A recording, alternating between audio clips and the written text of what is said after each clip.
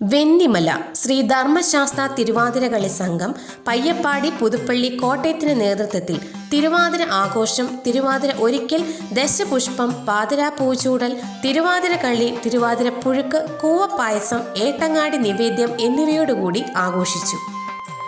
ധനുമാസത്തിലെ തിരുവാതിര നക്ഷത്രത്തിലാണ് ഈ ഉത്സവം. ശൈവരുടെ പ്രധാന ആഘോഷങ്ങളിലും വ്രതങ്ങളിലും ഉൾപ്പെട്ട ഒന്നാണ് ധനുമാസത്തിലെ തിരുവാതിര. വ്രതങ്ങളിൽ വെച്ച് അതീവ പ്രാധാന്യമുള്ള ഒന്നാണ് തിരുവാതിര വ്രതം എന്ന് വിശ്വസിക്കപ്പെടുന്നു. ധാരാളം ആളുകൾ തിരുവാതിര വ്രതം എടുക്കാറുണ്ട്. ഹൈന്ദവ വിശ്വാസം അനുസരിച്ച് ഈ ദിവസം പരമശിവന്റെ പിറന്നാൾ ആയതുകൊണ്ടാണ് അന്ന് തിരുവാതിര ആഘോഷം നടത്തുന്നത്. കൂടാതെ ശിവപാർവതി വിവാഹം നടന്ന ദിവസമാണ് ധനുമാസത്തിലെ തിരുവാതിര ദിവസം എന്നാണ് വിശ്വാസം.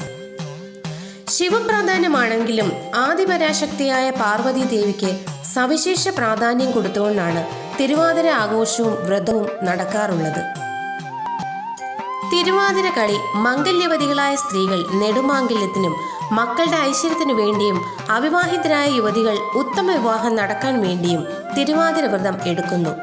പാർവതി ദേവിയെ സ്തുതിച്ചുകൊണ്ട് സൂര്യോദയത്തിന് മുൻപ് കുളത്തിൽ പോയി തിരുവാതിരപ്പാട്ട് പാടി തുടിച്ചു കുളിക്കൽ, നോയമ്പ് നോൽക്കൽ, നാമജപം, തിരുവാതിര കളി, ഉറക്കമൊഴുപ്പ്, ഏട്ടങ്ങാടി വെച്ച് കഴിക്കൽ, പാതിരാപ്പൂ ചൂടൽ, ശിവക്ഷേത്ര ദർശനം എന്നിവയൊക്കെയാണ് തിരുവാതിര ആഘോഷത്തിന്റെ പ്രധാന ചടങ്ങുകൾ.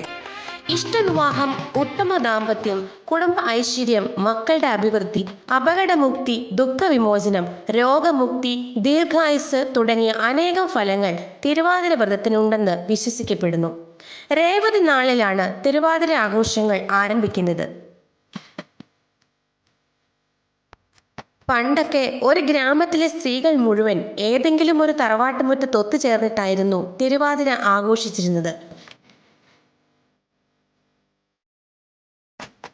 ഇന്നത്തെ തിരക്ക് പിടിച്ച ജീവിതത്തിൽ ആഘോഷം ചുരുക്കം ചില കുടുംബങ്ങളിലും ശിവപാർവതി പ്രാധാന്യമുള്ള ക്ഷേത്രങ്ങളിലും മാത്രം ഒതുങ്ങി നിൽക്കുന്നു.